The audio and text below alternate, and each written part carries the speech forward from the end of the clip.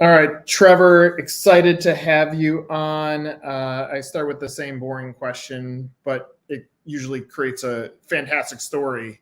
What's your franchise story? How do you fall into franchising? Because nobody planned on this happening. So, how do you even get into franchising? Well, I mean, I can start with this. Back in 2020, I didn't even know what a franchisor was. I was calling franchisors franchisees. I went to IFA 2020. Took a leap. A client of mine was like, "You should go to the IFA," and I'm like, "What is the IFA?" Lo and behold, I go. No one's making good videos. No one has videos on their website. No one's using credibility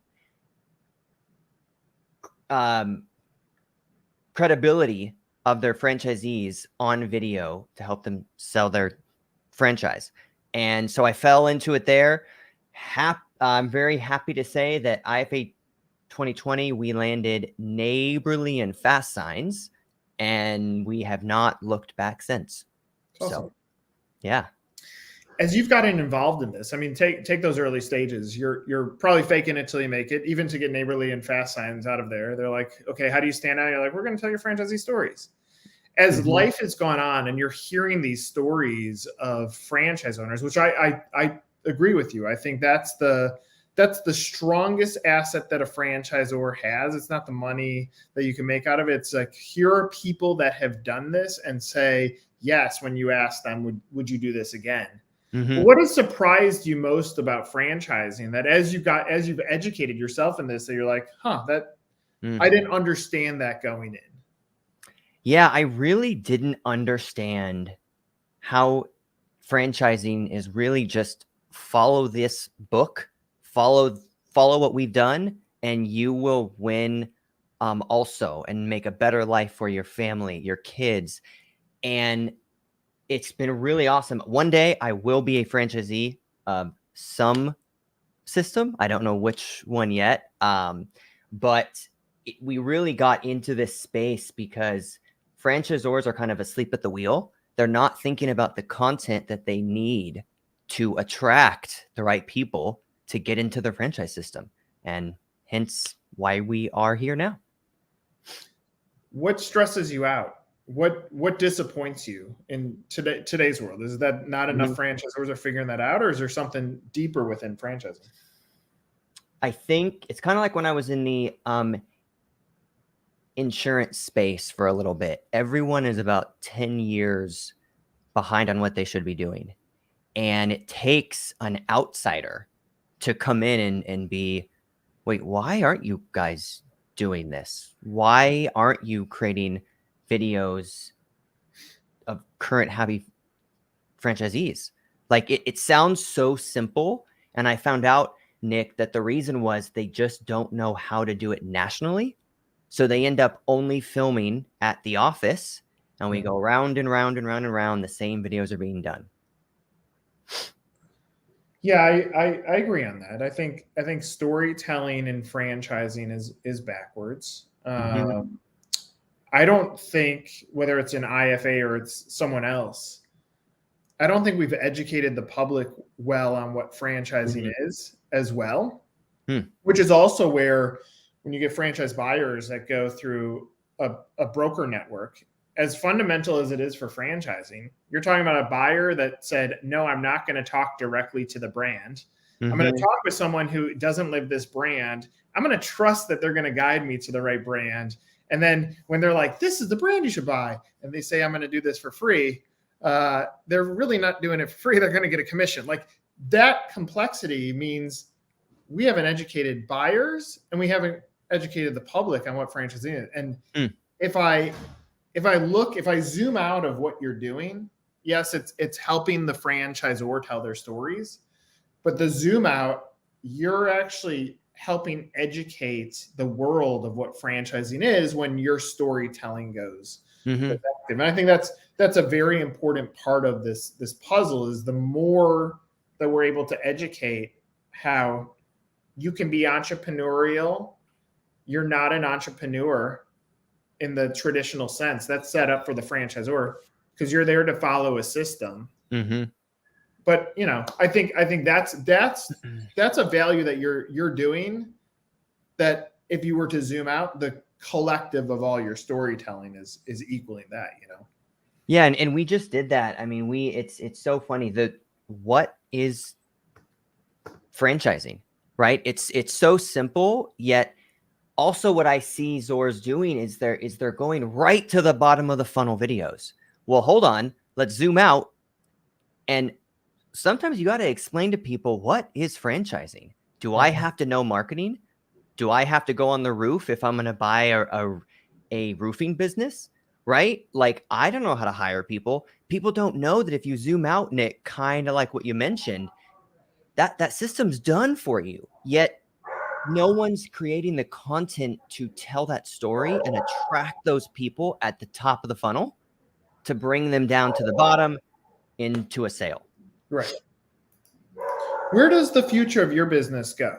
Like, I mean, if you're thinking through innovation, does it stop with video, or does it go somewhere further in the form of storytelling? Yeah. So Nick, I wrote a book, and I wish I did this on purpose. That's not my dog, right? Hopefully no, that's my all right. You're good. All good. So Nick, I read this book called Focus, and it says be really good at one thing, and we are really good at filming, really good at video, and do that one thing for one type of person. And it's the Fran Dev teams, it's the marketing teams, it's the franchising space. So as of now, Nick, I want to climb this mountain first before I try and figure out another mountain to climb, which I've thought about it 100%. But right now, we have just hit the tip of what we can do in this space. And I have fun every single day filming, editing, and I'm trying to launch a goal that I haven't launched yet, where can we film possibly 1 million franchise videos by the year 2050. I'm trying to tie it to like such a big goal. Yeah. So yeah, that's what this new buzz term AI is for. You're like, AI and robots, go film these videos for me, right? Yeah, and it's the people that use AI that are going to win in the end. I believe AI will never take the place of a human, but it's the humans that use AI that are going to win. Yeah, I tend to agree on that. I think AI has been around our entire lives.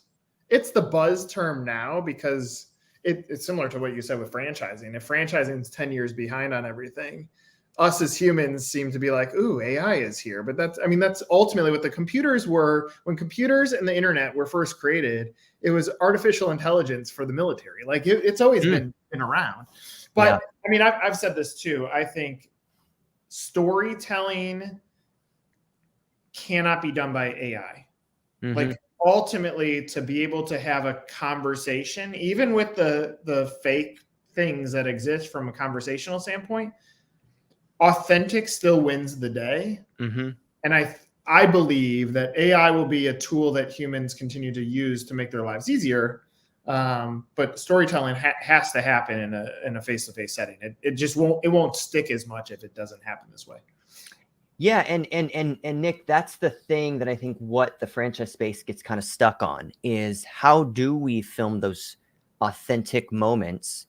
Who is going to travel to my 50 franchisees? They're in 50 different cities. I'll just film at HQ, and then it's just leadership. But no one cares. Like Nick, I can rave about us every second, right? But no one actually really cares what I think about what we do, right? It's about what the people that have worked with us thinks of us. And that's really the missing key that we're solving, is just being able to provide that social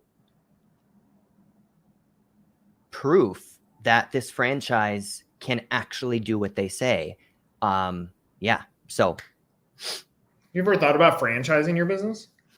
I get hit up sometimes, and I'm like, once again, I want to climb one mountain before I try to do something else, right? So I have definitely thought about it. We're not there yet. Franchising did teach me to have a system. So in 2020, We built a 500-step system for every filming day and for every edit. My team loves it, hates it, doesn't matter. We have to follow a system.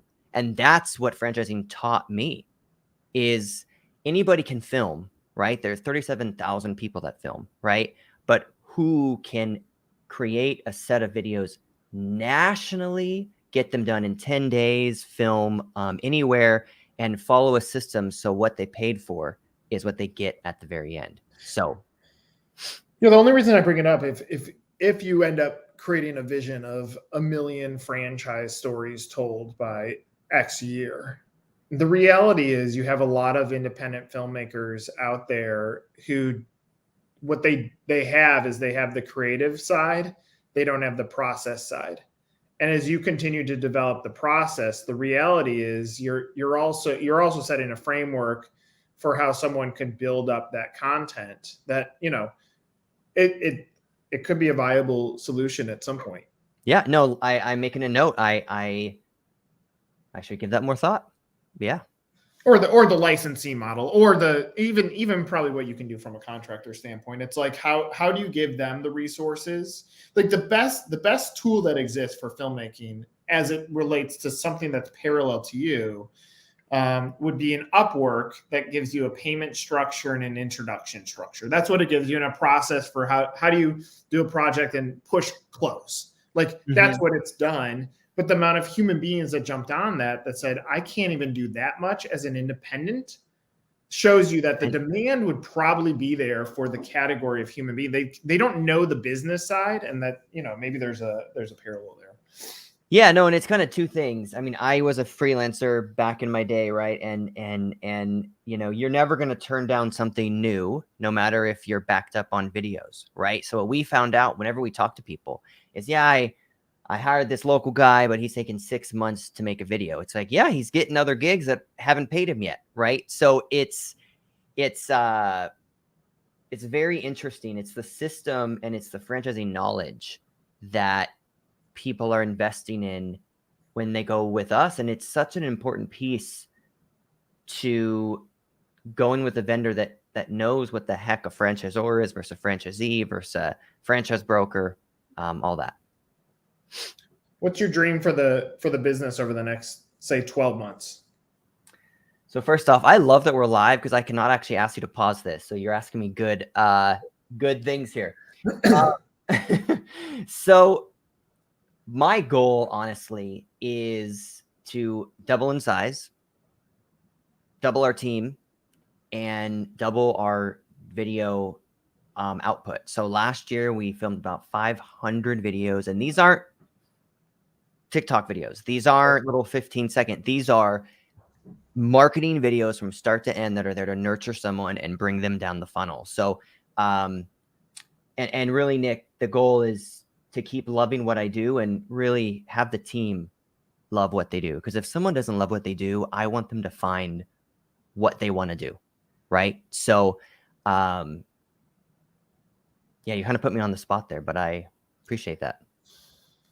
Look, I think your process is a double the business is going to be done by doubling our team and doubling our output, which makes sense. And if I'm listening to you as the founder, you're also saying, like, look, sometimes it's hard to get people to buy into my vision, and that's okay. That just might mean they're not in line or in track where what we're trying to accomplish as a business.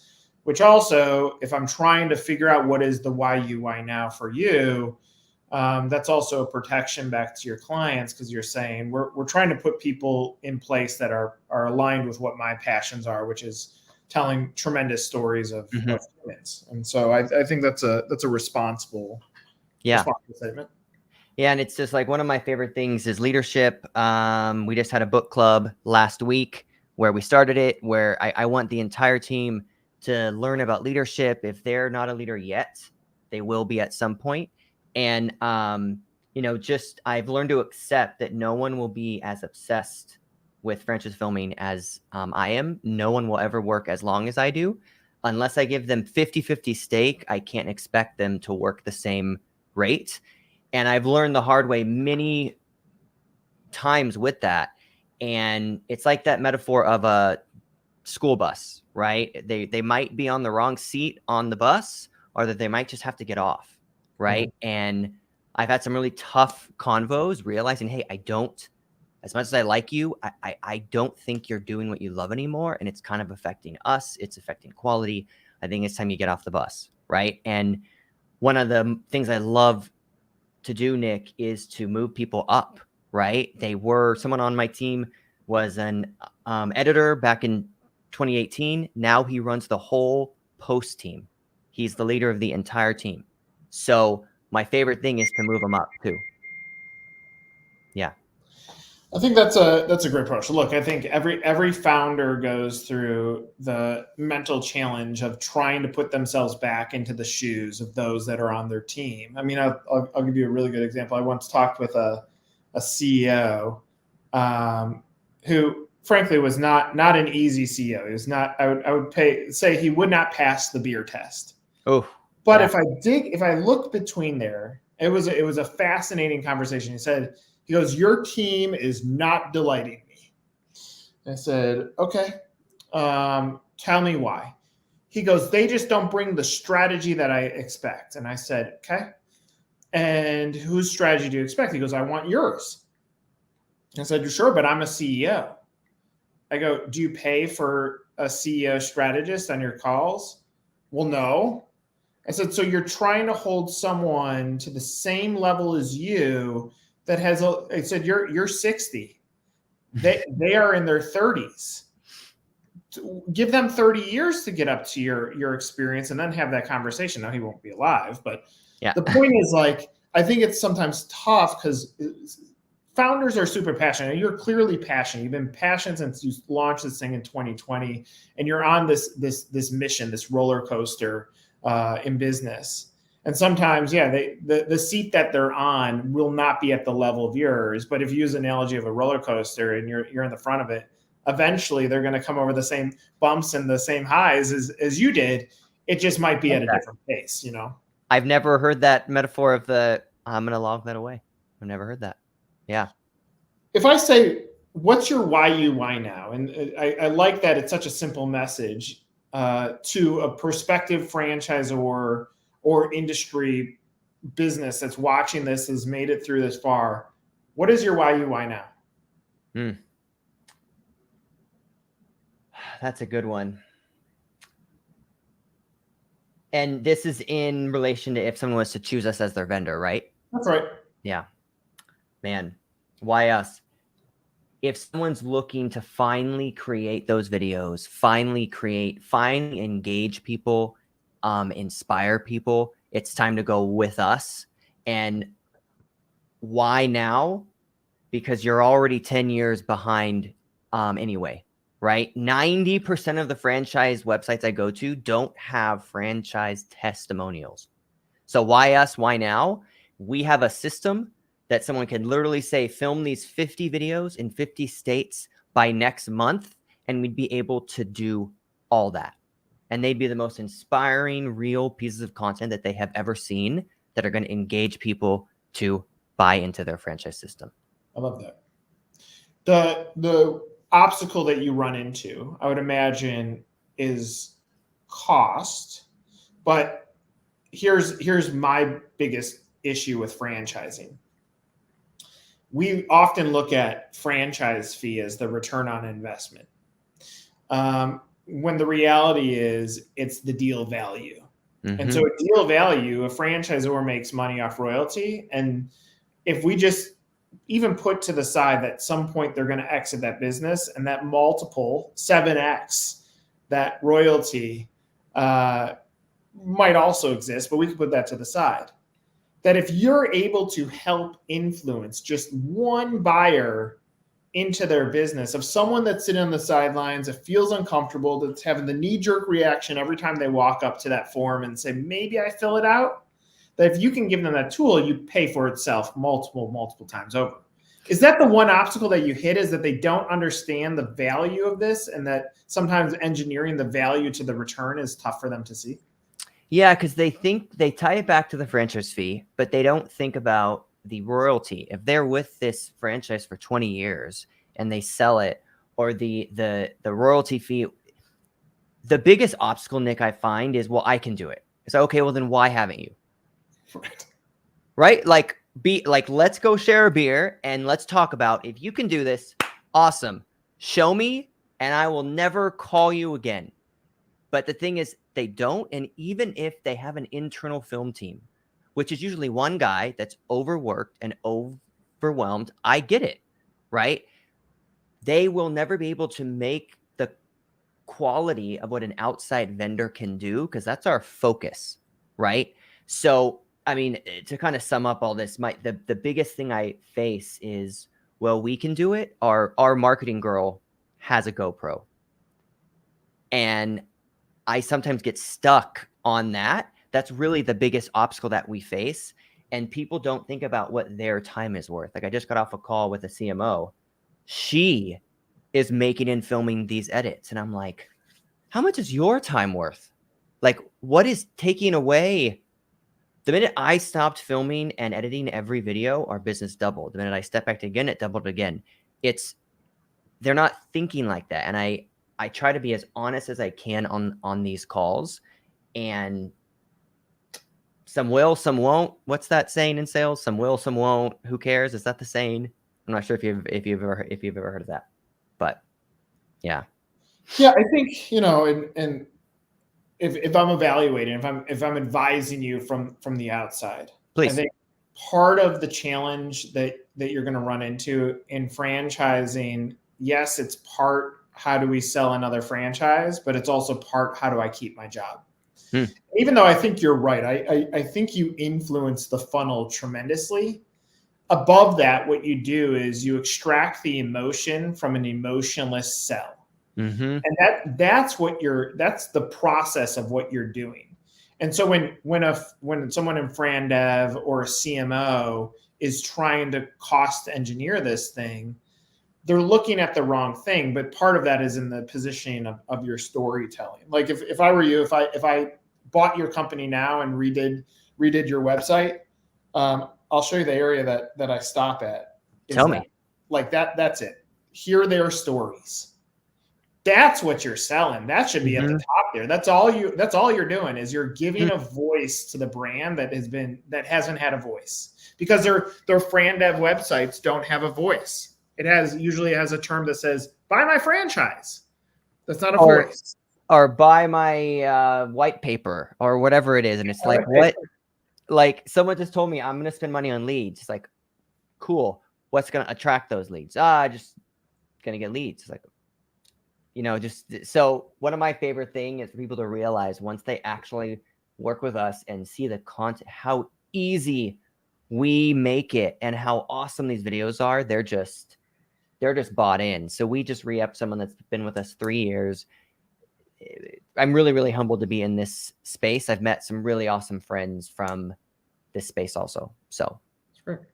Yeah. All right, let's close it with this. There's a ghost watching this. They haven't given you their name yet. What do you want them to know to say now's the time? I would say 1, please don't haunt me in my sleep. And 2,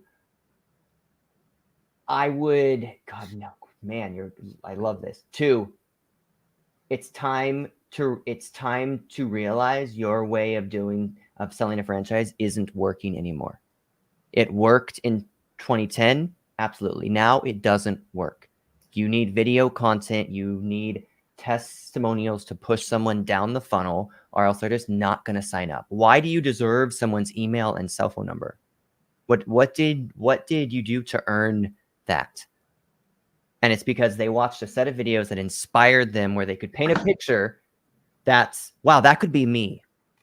That's what's missing in this space. And that's what we do. I love it.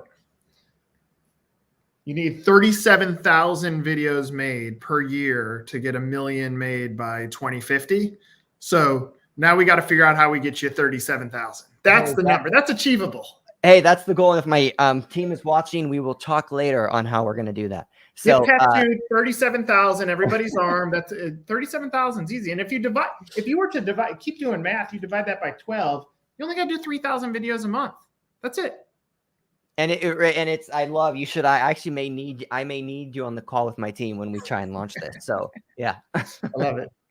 Well, Trevor, Awesome. thanks for sharing your franchise story. Appreciate it. Obviously, we've put up the website on there, franchisefilming.com. Look forward to hearing the story and staying in touch as we hear how close we are to that goal. For Trevor, I'm Nick. Another episode of Meet the Supplier. Take care, Awesome, everybody. man. Thank you.